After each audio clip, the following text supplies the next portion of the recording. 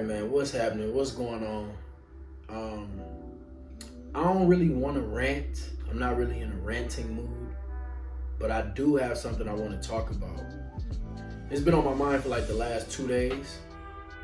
Um, I observe people a lot, and I've always been into like psychology and understanding human nature and really like understanding why people behave the way that they behave. That has always been interesting to me. Especially when I started to like do work on myself, I had to understand why I am the way that I am. Like, why do I behave this way? Why do I think this way? Where does that come from? Where does that stem from? So what I want to talk about today, real quick, is healing. Like, we all need to heal ourselves. We've all experienced traumatic events. We've all experienced unfavorable situations. And majority of our trauma comes from our childhood. Like, that's why our childhood is the most important phase of our entire life. Because any incident in your childhood, good or bad, can change the total trajectory of your life. Like, one bad incident happening in your childhood could turn your life from going this way to now going this way. You know what I'm saying? And that's why it's important that we protect children. That's why it's important that we raise children the correct way. But that's a topic for another day. That's another video. But today I just want to speak about healing and what that looks like and what that means. I'm gonna give you a couple examples. And these are like real life examples, real life experiences, things that I know, things that I've either experienced or others have shared with me. You got some people who have been violated as a child. They've been sexually molested. That's traumatic. What usually happens is one of two things. Like, that person will grow older and they become hypersexual as a trauma response. They become hypersexual. That traumatic event in their childhood sent them on this journey, this trajectory. Now they're just outwardly expressive sexually. It has taken away the spiritual meaning of sex for them. It's no longer a sacred act. It's no longer a sacred act. You know what I'm saying? So now they're just overly expressive. That's a trauma response, right? And then the flip side of that, in that same scenario, some people grow older from that situation and they become repulsed to physical touch, any type of intimacy, right? Like, because their innocence was robbed. So when they grow older, they just really, they have a negative disposition about intimacy. Like, they don't want you touching them. They don't want to be hugged. It's hard to love them. It's hard to make love to them. Those are trauma responses, right? Another example would be, I remember somebody was telling me, it was a lady, and she was talking to me about a friendship that she had that ended up crumbling because her friend was in a toxic relationship, right? And she kept telling the friend, like, yo, girl, you need to leave him alone. This is a toxic relationship. It is unhealthy. The friend that was in the relationship just couldn't understand what she was telling her. Got mad at her for telling her that, right? And the reason for that, and how this ties into what I'm talking about in trauma and trauma responses, is a lot of people grow up in environments where there's no communication. There's no healthy communication. They never see that.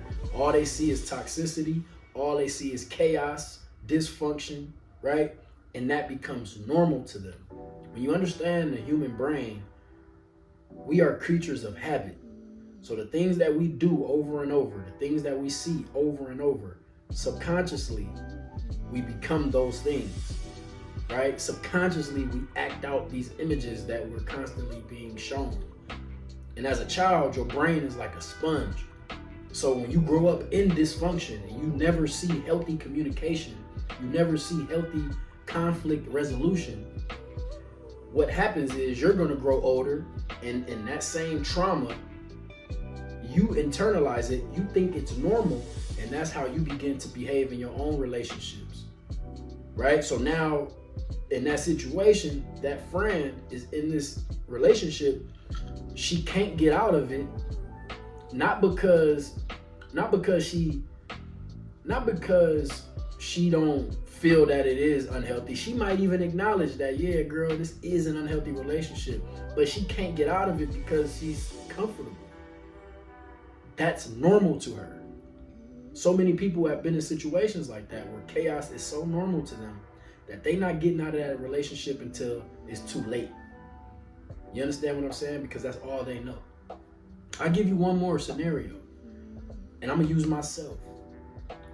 God bless my mother, man. God bless her soul. God rest her soul. You know, when I was coming up, like, my mom, looking back now because I know more, she was dealing with her own things, right? Her own traumas, her own troubles, her own struggles that as a child I have no comprehension of, right? But my mom used to, if I didn't clean up or I didn't do something right, my mom is cussing me clean out, right? Me and my siblings, she cussing us out. That's how she handled anything that was a conflict. So naturally, as a child, this is programming my brain. So as I grew throughout life, anytime I was met with conflict, that's all I knew. That's how I knew to resolve conflict. I'm going to yell, I'm going to cuss, I'm going to be aggressive. That's all I knew, right? So I grew older, I got in relationships.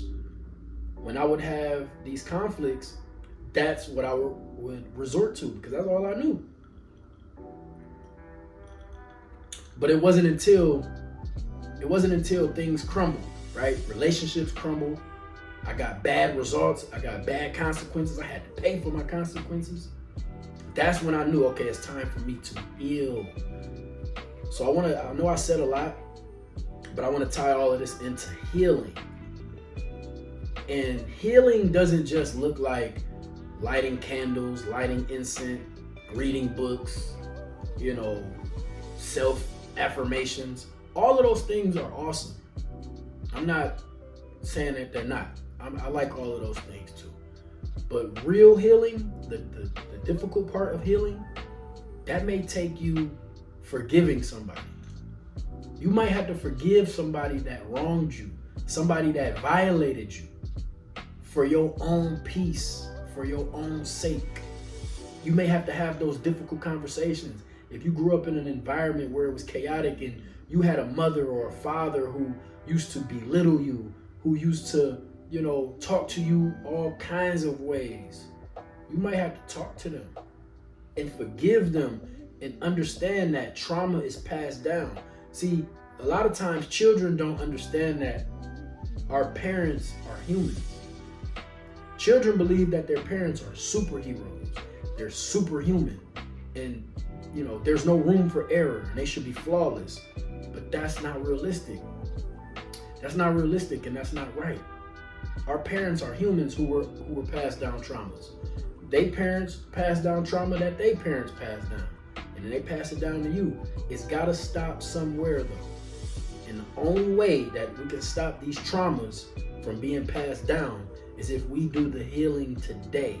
And you may have to have uncomfortable conversations with yourself and with people who have wronged you.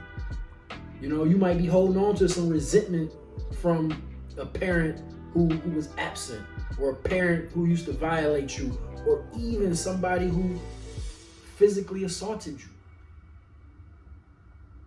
Those are tough conversations, but it's so necessary to your healing because we gotta stop it. Because if you don't, then you go out into this world and you just you just project your traumas onto other people because it's normal to you.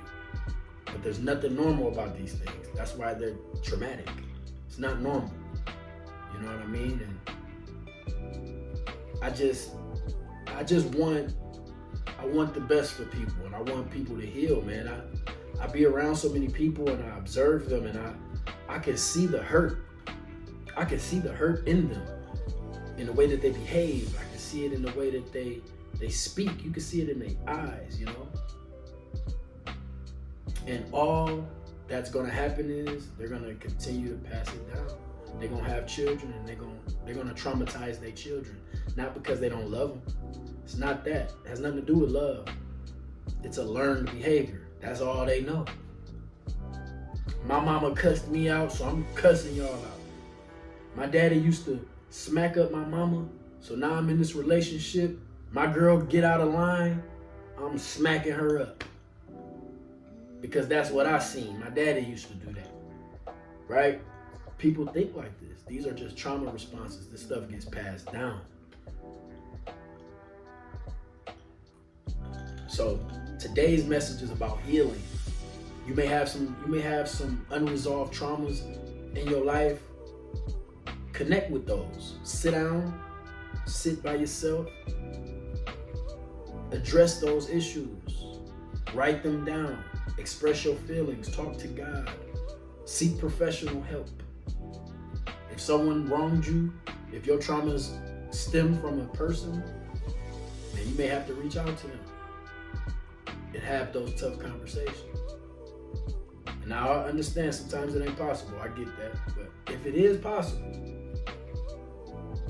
you might want to look into doing that. You know, we need more healing. We need more healing. All is well.